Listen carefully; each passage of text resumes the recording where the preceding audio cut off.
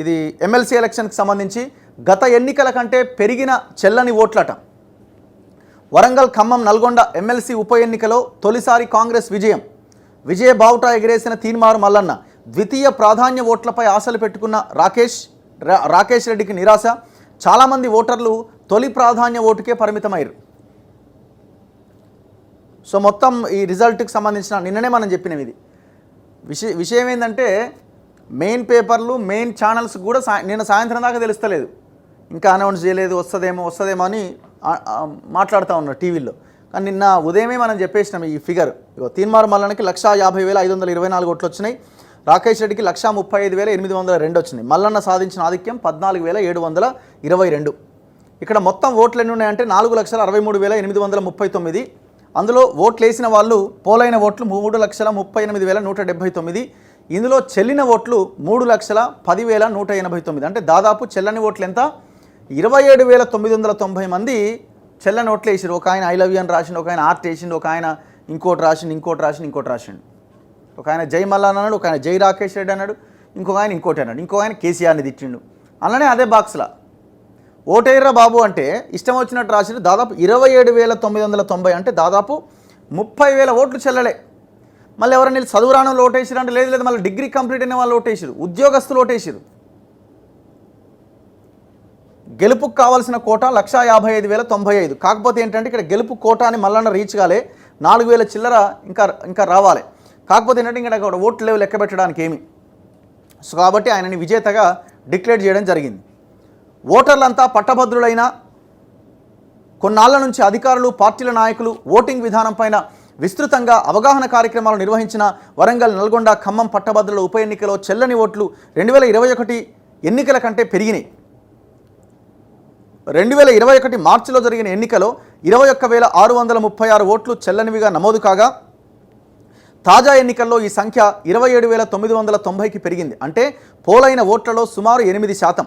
మరోవైపు బీజేపీ అభ్యర్థి ప్రేమేందర్ రెడ్డి ఎలిమినేషన్ అనంతరం తీన్మార్ మల్లన్నకు 1,50,524 ఓట్లు, బీఆర్ఎస్ మద్దతిచ్చిన ఏనుగుల రాకేష్ రెడ్డికి 1,35,802 ఓట్లు వచ్చాయి. అప్పటికీ గెలుపు కోటా అయిన 1,55,095 ఓట్లు ఎవరికి రాలే. అయితే సాంకేతికంగా పోటీలో ఇద్దరే మిగలడం, అప్పటికే తీన్మార్ మల్లన్న రాకేష్ రెడ్డి కంటే 14,722 ఓట్ల ఆధిక్యంతో ఉండడంతో ఎన్నికల కమిషన్ ఆదేశానుసారం మల్లన్నను శుక్రవారం అర్ధరాత్రి దాటిన తర్వాత రిటర్నింగ్ అధికారి దాసరి హరిచందన మల్లన్న గెలిచినట్టుగా ప్రకటించారు. 2021లో జరిగిన ఎన్నికల్లో మాత్రం తుది దశలో పల్లా రాజేశ్వరరెడ్డి, తీన్మార్ మల్లన్న పోటీలో మిగలగా ఇద్దరు అభ్యర్థుల్లో ఎక్కువ ఓట్లు వచ్చిన పల్లా రాజేశ్వరరెడ్డిని విజేతగా ప్రకటించడంతో పాటు ఎలిమినేషన్ ప్రక్రియలో మల్లన్న ఓట్లను సైతం లెక్కించి అందులోని రెండో ప్రాధాన్య ఓట్లను పల్లా రాజేశ్వరరెడ్డికి కలిపారు. దీంతో ఆయన అప్పట్లో గెలుపు కోటా సాధించారు. యాక్చువల్గా ఏంటంటే ఇప్పుడు అందరూ అయిపోయారు, కింద ఉన్న వాళ్ళు ప్రేమేందర్ రెడ్డి వరకు కంప్లీట్ అయిపోయిన తర్వాత రాకేష్ రెడ్డి అండ్ మల్లన్న మిగిలిరు. పోయినసారి ఎవరు మిగిలిరు? పల్లా రాజేశ్వరరెడ్డి, తీన్మార్ మల్లన్న మిగిలిరు. పోయినసారి ఏం చేశారంటే తీన్మార్ మల్లన్నను కూడా ఎలిమినేట్ చేస్తూ కౌంట్ చేసిరన్నమాట.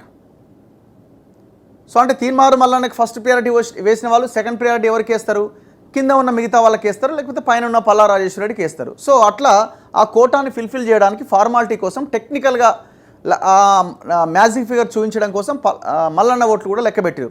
అయితే ఈసారి ఏమైందంటే పోయినసారి సిచ్యువేషన్ వచ్చింది, తీన్మార్ మల్లన్న రాకేష్ రెడ్డికి ఎవరికి మెజార్టీ రాలే. సో అప్పుడు లాస్ట్ మిగిలింది రాకేష్ రెడ్డి మిగిలింది ఎలిమినేషన్లో. సో ఇప్పుడు రాకేష్ రెడ్డిని క్యాలిక్యులేట్ చేసినా ఏమవుతుంది? ఆ సెకండ్ ప్రియారిటీలో ఎన్నో కొన్ని ఓట్లు మల్లన్నకి పడితే మల్లన్న కోటా ఫిల్ అవుతుంది. కానీ ఇప్పుడు కౌంట్ చేసినా కదే, కౌంట్ చేయకపోయినా కదే, అందుకే డిక్లేర్ చేసిరనమాట. సో ఇది జరిగింది. సో అప్పటికే 4 రోజులు అయిపోయింది, అంత తకాయించిపోయారు, మొత్తం ఆగమాగం ఉన్న పోలీసులు, ఆ సిబ్బంది. అసలు ఏం ఎలక్షనో ఏందో చెత్త. ఎవడన్నా ఎలక్షన్ కౌంటింగ్ 4-5 రోజులు పడుతుందా? ఎక్కడున్నామన్నా 2024 సంవత్సరంలో ఉన్నాం.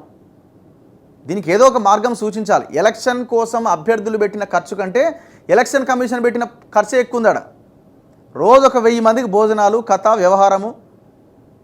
మళ్ళీ ఈ అభ్యర్థులకు కూడా అక్కడ కౌంటింగ్ హాల్లో ఒక్కొక్క టేబుల్ మీద 2-3 నిలబెట్టాలి. ఈ జనాన్ని దాదాపు 100-200 మందిని ఏ నుంచి తేవాలా? ఇది చాలా దారుణమైన ఎలక్షన్. కామన్ మెన్ పోటీ చేసి ఇందులో నిలబడే అవకాశం చాలా తక్కువ. ఎందుకంటే ఆయన ఎక్కడ ఇప్పుడు పార్టీ అయితేనేమో పార్టీ సమకూర్చుకుంటుంది ఒక 100 మంది ఏజెంట్లని. కామన్ మ్యాన్ ఎవరైనా పోటీ చేస్తే ఎక్కడి నుంచి తెచ్చుకోగలుగుతాడు? ఇది పెద్ద సవాల్ ఇది. అయితే ఇక్కడ ఏం జరిగిందంటే ఇంకొక హైలైట్ పాయింట్ ఏంటంటే గతంలో కంటే అత్యధికంగా ఈ ఎన్నికల్లో పలువురు అభ్యర్థులకు ఓటర్లు కేవలం తొలి ప్రాధాన్య ఓటు మాత్రమే వేసిరట. అంటే ఇప్పుడు ఫస్ట్ ప్రయారిటీ ఓటు వేసి వెళ్ళిపోయారు. ఇప్పుడు ప్రేమేందర్ రెడ్డి బీజేపీ, ఆయన కట్టర్ బీజేపీ అయితే బీజేపీకి వేసిండే, నేను ఎవరికైనా వెళ్ళిపోయాడు. మల్లన్న అభిమానించే వాళ్ళు మల్లన్న కోటేసి వెళ్ళిపోయారు. బీఆర్ఎస్ని అభిమానించే వాళ్ళు బీఆర్ఎస్కి ఓన్లీ బీఆర్ఎస్కేసి వెళ్ళిపోయారు. కాకపోతే అక్కడ second priority, third priority up to 52 మెంబర్స్కి వేసుకోవచ్చు. కానీ అట్లా వేయలేదు చాలామంది. ఉదాహరణకు బీజేపీ అభ్యర్థి ప్రేమేందర్ రెడ్డి స్వతంత్ర అభ్యర్థిగా పోటీ చేసి 4వ స్థానంలో నిలిచిన పాలకూరి అశోక్ గౌడ్కు సంబంధించి చెరో 10,000 ఓట్లకు పైగా బ్యాలెట్ పత్రాల్లో కేవలం 1వ అంకె మాత్రమే వేశారు. దీంతో బీఆర్ఎస్ అభ్యర్థి గెలుపు అవకాశాలు ఇక్కడే దెబ్బతిన్నాయని అభిప్రాయం ఉన్నది. తొలి ప్రాధాన్య ఓట్లలో మల్లన్నకు మెజారిటీ వచ్చినా బీజేపీ స్వతంత్ర అభ్యర్థుల బ్యాలెట్ పత్రాల్లోని 2వ ప్రాధాన్య ఓట్లతో గట్టెక్కుతామన్న బీఆర్ఎస్ నేతల ఆశలకు గండిపడ్డది. తొలిసారి కాంగ్రెస్ పాగా పట్టభద్రుల ఎమ్మెల్సీ స్థానానికి ఇప్పటివరకు జరిగిన 4 ఎన్నికల్లో బీఆర్ఎస్ బలపరిచిన అభ్యర్థులే విజయం సాధించగా తొలిసారి కాంగ్రెస్ పార్టీ విజయం సాధించింది. దీంతో బీఆర్ఎస్ సిట్టింగ్ సీటును కోల్పోయింది. బీఆర్ఎస్ కంచుకోటలో తొలిసారి కాంగ్రెస్ మద్దతిచ్చిన చింతపండు నవీన్ కుమార్ తీన్మార్ మల్లన్న విజయం సాధించడంతో రేవంత్ రెడ్డి ఆయన అభినందించారు. ఈ అందరూ అభినందించడం వాళ్ళే కానీ సహకరించిన వాళ్ళు అయితే ఎవరు లేరు నాకు తెలిసి. ఇప్పుడు ఇంత టైట్ ఎందుకు వచ్చింది? ఫర్ ఎగ్జాంపుల్ చెప్తున్నా, జీవో 46 వాళ్ళు చాలా ఇబ్బందుల్లో ఉన్నారు. వాళ్ళ సమస్యని పరిష్కరించాలి. జీవో 317తోని స్పౌస్ బాధితులు మిగతా ఆ 317 జీవో ద్వారా ఉద్యోగస్తులు ఇబ్బంది పడుతున్నారు. ఈ 2 అంశాలను అడ్రస్ చేస్తూ ముఖ్యమంత్రి ఒక ప్రెస్ మీట్ పెట్టొచ్చు కదా. గతంలో పల్లారాజేశ్వరి పోటీ చేసినప్పుడు కేసీఆర్ మీడియా ముందుకు వచ్చిండు. ఇప్పుడు ఒక్క ప్రెస్ మీట్ పెట్టుంటే ఏమవుతుండే? ఎమ్మెల్సీ ఎలక్షన్కి సంబంధించి మేము ఉన్నాం జీవో 46 వాళ్ళకి అనుంటే మీ వైపు వచ్చేటోళ్ళు కదా, ఇంత కాంప్లికేట్ అయ్యేది కాదు, ఇంత టఫ్ వచ్చేది కాదు కదా. ఆ పని చేయలేకపోయినారు. ఇక నల్గొండ జిల్లా నేతలు కొంతమంది అయితే ఇక వాళ్ళు విహారయాత్రలకు పోయి కొంతమంది ఇంట్లో పండుకున్నారు. ఎవరో ఒకరో ఇద్దరు సహకరించినట్టున్నారు. ఇక పైసలు ఇచ్చినా కూడా జేబులో పెట్టుకున్న లీడర్లు ఉన్నారు. ఇంకా ఇది ఇజ్జత్ ఖరాబ్. ఇక ఇది మహాదారుణం. ఇక్కడ కీలకం ఏంటంటే ప్రభావం చూపిన అశోక్ గౌడ్ ప్రధాన పార్టీలతో సమానంగా ఈ ఎన్నికల్లో స్వతంత్ర అభ్యర్థి పాలకూరి అశోక్ గౌడ్ ఓటర్లపైన ప్రభావం చూపారు. మొదటి ప్రాధాన్యంతో పాటు ఎలిమినేషన్ రౌండ్లు కలుపుకొని ఆయనకు 30,461 ఓట్లు వచ్చినాయి. గొప్ప విషయం ఇది, మామూలు విషయమేం కాదు. అశోక్ గౌడ్ అశోక్ సార్కి ఈ స్థాయిలో ఓట్లు రావడం అనేది మామూలు విషయం కాదు. ఉమ్మడి నల్గొండ జిల్లాలో అశోక్ సార్గా ప్రసిద్ధుడైన ఆయన గతంలో పలు పత్రికల్లో జర్నలిస్ట్గా పనిచేశారు. అనంతరం ఆన్లైన్లో పోటీ పరీక్షల క్లాసులు నిర్వహించారు. ఈ క్రమంలోనే రూపాయికి 100 రూపాయలకు క్లాసులను సబ్స్క్రైబ్ చేసే విధంగా చర్యలు తీసుకోవడంతో పెద్ద ఎత్తున యువత, నిరుద్యోగులు ఆయన యూట్యూబ్ ఛానల్ అనుసరించారు. ఓట్ల పరంగా ఈ ఎన్నికల్లో కాంగ్రెస్, బీఆర్ఎస్, బీజేపీ అభ్యర్థుల తర్వాత 4వ స్థానంలో నిలిచారు. సో చాలా గొప్ప విషయం. ఎందుకంటే ఇప్పుడు అందులో చాలామంది చూడండి మీరు, ఆల్మోస్ట్ ఆయనకు పడ్డ ఓట్లలో కూడా 10,000 ఓన్లీ అశోక్ సార్కి ఓటేసి వెళ్ళిపోయారు. అంటే ఆయన మీద ఉన్న అభిమానం అది.